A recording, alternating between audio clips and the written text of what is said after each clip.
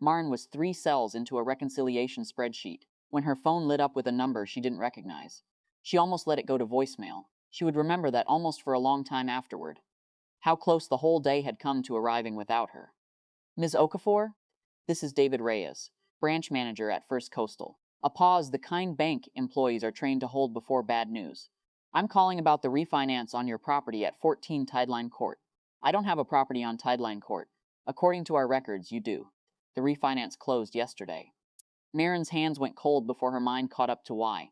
The beach house wasn't hers, not really. It was titled in her name because 7 years ago, her parents' credit couldn't clear the mortgage on their own, and she'd been young enough to think co-signing was just paperwork, not a door left permanently unlocked. Without my permission, she asked, and heard how strange the question sounded, like she was reading it off a card. That's what I need to verify, Reyes said. Can you come in today?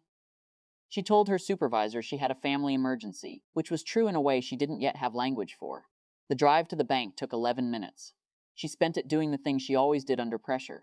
She cataloged. The renovation loan in 2019, her mother swore would be repaid within the year. The $4,000 for her father's truck, framed as an investment in the family business that never materialized. The birthday dinner she'd paid for that no one mentioned again, as though gratitude were a currency that devalued the moment it was spent. She had noticed the pattern before. She had always decided it was smaller than it felt.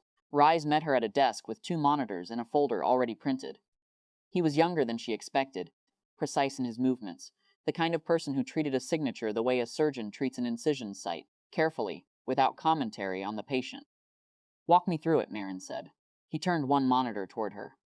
Your parents applied for a cash-out refinance on the property. Your name is on the title, so we needed your signature as co-owner. It's here. He tapped the screen. But I want to check something. He pulled the original mortgage documents from 7 years prior alongside the new ones, placing them side by side the way a jeweler might compare 2 stones.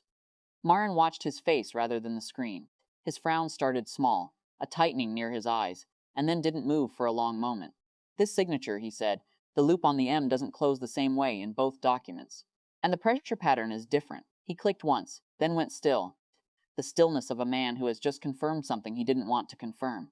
This is forged. The word landed flat, clerical, exactly the way David Reyes had said your beach house was refinanced yesterday.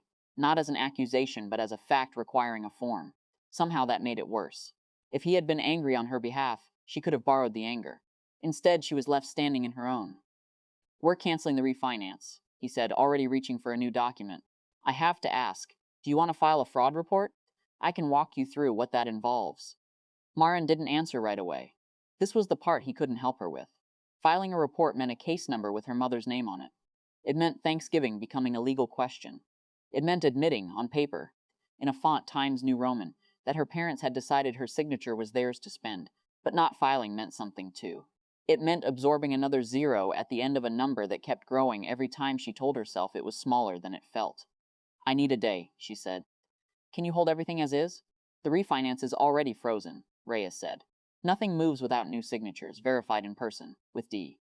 She took copies of both documents home. She didn't cry in the car, though she noted, almost clinically, that she wanted to and couldn't locate the feeling clearly enough to let it out. It sat somewhere behind her sternum, undifferentiated, like data without a chart to display it. That night she called her mother. She had rehearsed nothing, which was itself a departure. Usually she scripted these calls, softened them in advance so the softness would be there when she needed it. This time she asked one question, direct, unadorned. Did you sign my name on the refinance? The silence on the other end lasted long enough that it answered before her mother did. Your father filled it out, her mother said finally. We were going to tell you once it went through. We needed the equity, Marin. You know things have been tight. That's not what I asked.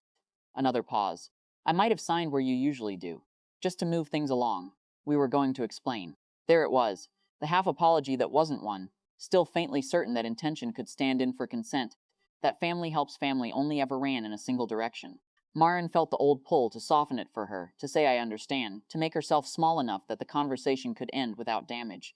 She noticed the pull. She did not follow it. The bank caught it, she said. The refinance is frozen.